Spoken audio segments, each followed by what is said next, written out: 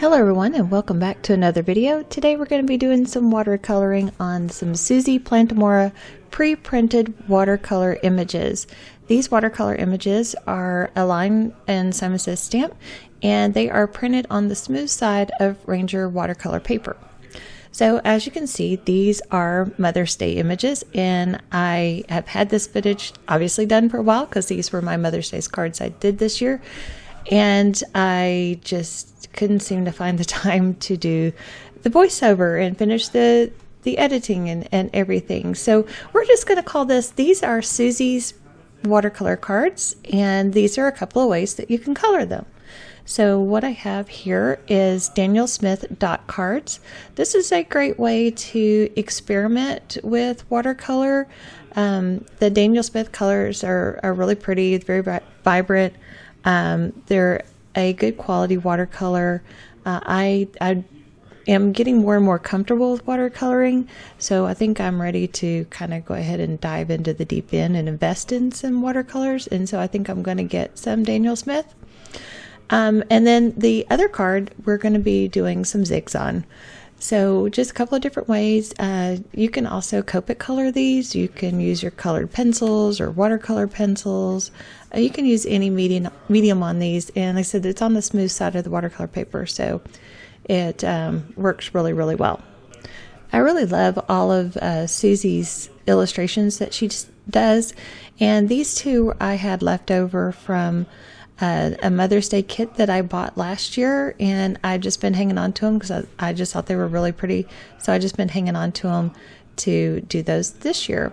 So I'm finished with the blue, and I decided to go in and just kind of glaze the tips of those petals with yellow, and I think it really gave my flowers a lot of dimension. I really like what that added to it, but I made sure that everything was really, really dry before I did that, and then I waited till it was dry again. Add a little bit of some stardust, Jelly Roll Stardust pen on there. And that's going to do it for that one for right now. I'm going to just set that aside while I color this one, and then after I color this one, I'm going to do some splatter. So this one I just have a couple of different colors of orange because I wanted that kind of peachy orangey color that you see in a lot of hibiscus, and so I thought these two colors together did really well. I just have the 36 pack of zigs, and it's pretty good. I like it for the most part. I've got all the colors that I need. So occasionally I would, I might run across something where I'd like some other grays maybe, but for the most part, I think the 36 pack does really well. And of course, you'll see me using my Arteza water brush pen. I love my water brush pens. If you watch my channel, you know that I love my Arteza water brush pens. They have a big barrel, hold a lot of water, and they come in a set of 6, so you get multiple sizes, and it is very affordable. So on the leaves here, I went in with a darker green and just did the areas where I wanted some, deeper shadows, the veining and everything. And then with my lighter green, I again just went in to the areas where I wanted it darker, and then with the lightest green I spread that out even more, and then I will take my water brush and finish spreading those out. So here we go, coloring the stamen on the hibiscus, and I used a yellow for the stem part of it, and for the little berry part of it I used the fluorescent yellow, and in person, man, does that really stand out. Okay, so here we go with some splatter. I used some Nuvo mica mist. Although I don't mist, I just take the nozzle and I splatter. I like that I get a random dot pattern versus an entire mist over it, so I like that better. And then I took my shimmer spray, and then I just sprayed the whole thing with my shimmer spray to give the whole thing a shine. And on this one I did gold, and so I'll just flake that on. And then I had two different golds. I had the mica, and then I had the shimmer spray gold. So I decided, and they were different colors, so I decided to add both. And then I will also do the shimmer spray that in the frost that just makes it all glittery and goodness and shiny and everything. And so here I am doing that. And then I will dry and set it aside to finish drying. So there are a couple edges there I just needed to trim off because the image didn't go quite all the way over to the edge. And then I'm going to take some Tim Holtz metallic watercolor paper and just cut that down to go behind each of these. I just kind of matched up what I thought went well with my images. And here I am just marking out some fun foam because I'm almost out of my foam tape, and so I need to order, and I just haven't done that yet. So I'm just going to use some fun foam because I don't know why I don't pull this out more often when I'm doing big things like this, because it's actually really better than using the foam strips. And just get that all glued down. You do have to like kind of give that time to dry, or that fun foam will slide around on you. So you just want to put a little something on it. I put an acrylic block on it, and then I'm going to go and work on the insides of my cards. So this, I will have the name of that stamp set linked down below. I can't think of it off the top of my head right now because it has been a minute since I made these cards. It's just been one thing after another and busy.